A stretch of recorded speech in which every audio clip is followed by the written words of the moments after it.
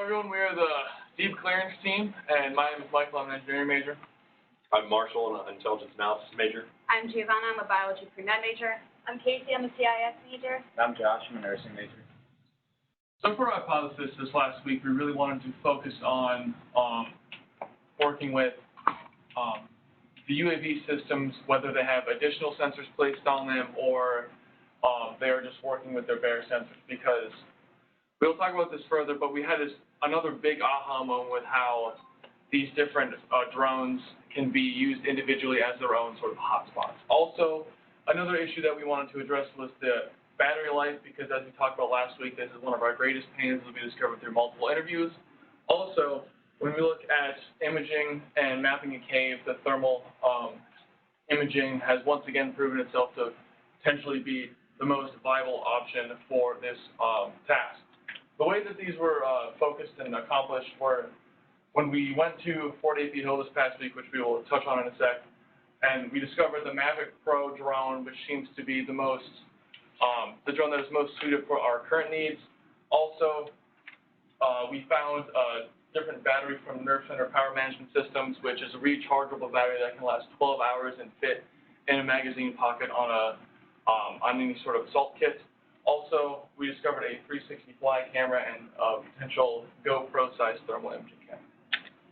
So, this last week, just one more time, I wanted to give a huge thanks to our sponsors, Kevin and Chuck, as well as Jose, and everybody at AWG for hosting us at Fort AP Hill. We learned a lot, and while we were there, just a general overview is, we got a debriefing of general systems, drone systems and their technology that they currently have that is on the unclassified level that relates to our project, and then we're able to see where this technology gets to be used, such as in tunnels.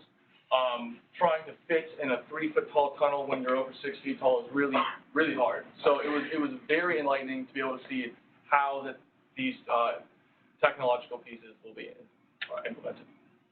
Okay, so this week I'm going to go in a little more detail on this. Last week we kind of went fast, it was a little confusing. We put this week, so basically our green is our most recent things that we've come up with, the most accurate ones that we're trying to focus on first. The yellow are ones that we deemed important, but they're mostly secondary. These pink, red ones are the original ones that we had the first time we did this, and we just kind of said, no, we're not really going to focus on those anymore. And then the blue is stuff that we added this week. So I just want to touch on one of the pains that we added this week was when we were at Fort AP Hill, we had no idea that this existed, but there's a GPS and there's a GLONASS tracking issue. So the reason the military doesn't use commercial drones is because they use GPS and GLONASS, which allows China to basically get any information that you have off of the phone that you're wiring into. So that's why they basically use not commercial ones, and we've been looking at a lot of commercial drones because they are actually a lot better than the military ones. So that was one of the biggest pains that we now rank second to figuring out in our process. So a little bit, we made our mission achievement impact factors quantifiable this week. You can go to the next one. So basically, we just made them, our sponsors, they want at least one piece of actionable information. The country guys want 100% live saves. The product has to be detected 0 out of 10 times. We made those quantifiable this week to really kind of tone down on those. Here we have the big picture for our MVP this week, and we come up with, for our UAS drone to travel approximately 7 kilometers, and the payload for it to carry approximately 2.5 pounds. And then here we learned a little metaphor at AP Hill. First, you want to build your drone, have it to have like the payload you want to carry, how far you want it to travel on a certain battery life, and then here you want to put together the sensor that meets your needs. Whether you need to map a cave, have thermal vision, all the sensors you need, and then pretty much you duct tape it together, mount it somehow, and just trial and error. This is what we did. We needed lights, so we duct taped a light to a drone, and we sent it in, and it worked very well. You were able to see in the dark tunnel, and that's what allowed us to. So our MVP this week, the overall structure hasn't changed, still using 2 drones, an autonomous system, and swarm technology. What did change as a result to our trip to Fort AP Hill was knowing that there's actually a lot more technology out there available to us to use. We also got it validated that it may be a good idea to have a fallback kind of device. In this case, we were thinking about like a thermite charge. If it falls into the hands of the enemy in the cave, we don't want them using that technology or that system right back against us. So the thermite would pretty much burn through the system, so if fallen into enemy hands, it would not be usable.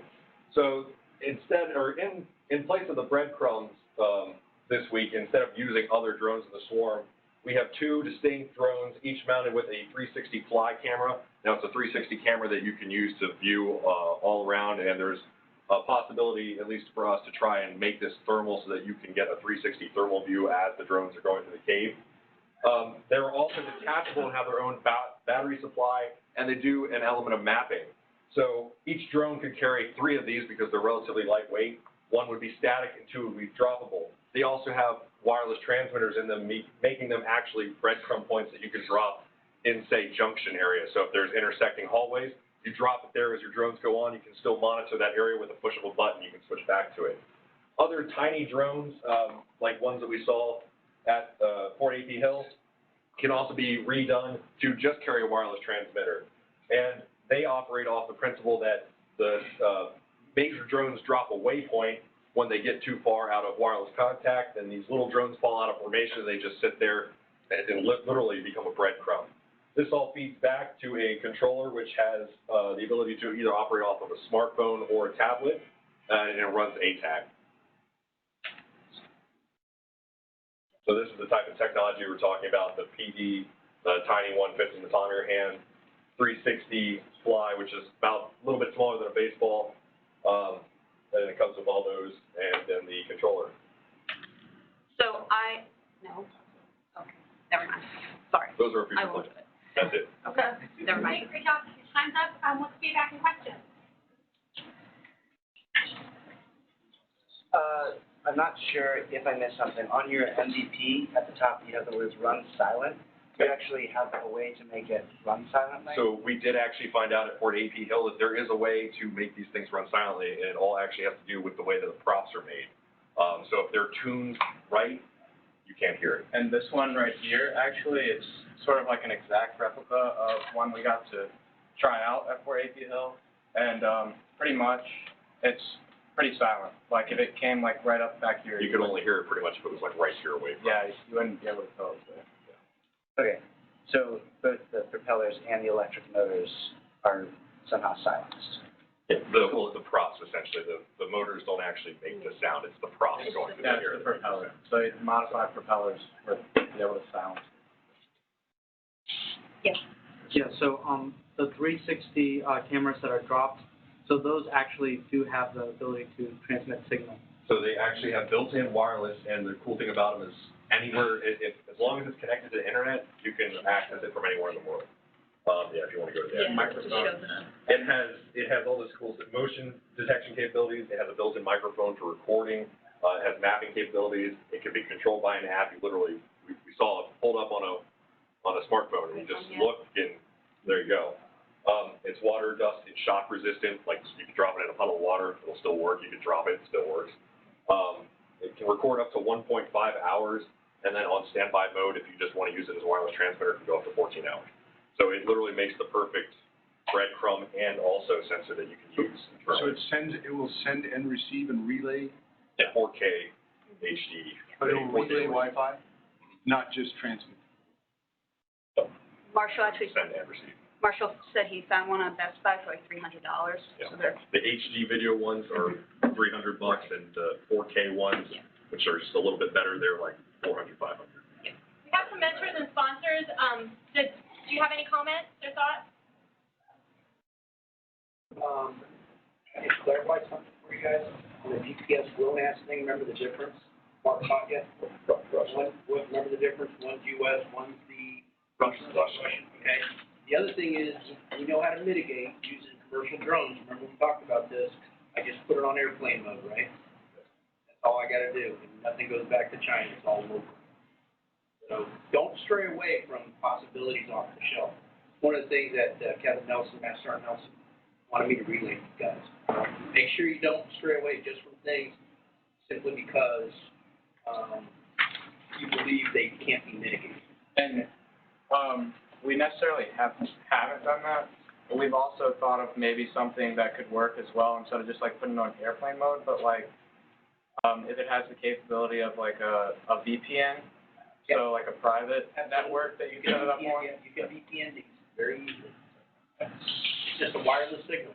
When you have a cellular network, remember you can VPN, you can back and forth, get all backhauls, and remember that signal, you can make it local.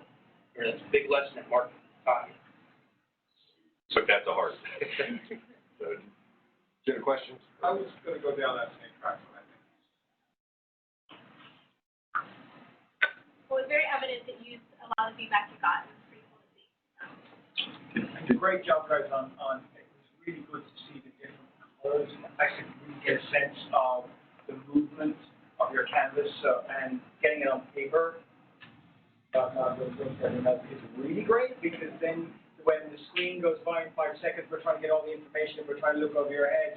Having that piece of paper where we can look at it while you're talking gives us a much richer sense of what's going on. So yet another great hack into the presentation format by your team. All right, great job. Shoot.